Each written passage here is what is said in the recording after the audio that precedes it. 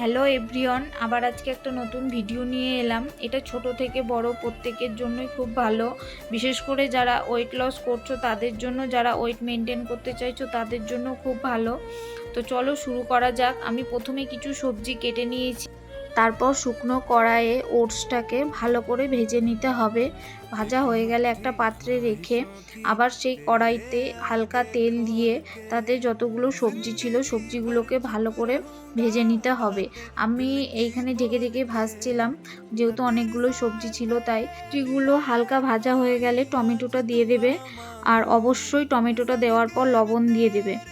আমার সম্পূর্ণ সবজি ভাজা হয়ে গেছে। হালকা তেল দিয়ে আমি ফোড়নের জন্য দিয়েছিলাম সর্ষে, জিরে, শুকনো লঙ্কা, তেজপাতা, কারি পাতা। তারপর তাতে অ্যাড করবে কুচি করে কেটে রাখা রসুন আর পেঁয়াজ রসুন ভালো করে ভাজা হয়ে গেলে মশলার জন্য আমি দিয়েছিলাম আদা বাটা, লঙ্কা বাটা, জিরে বাটা, হলুদ গুঁড়ো।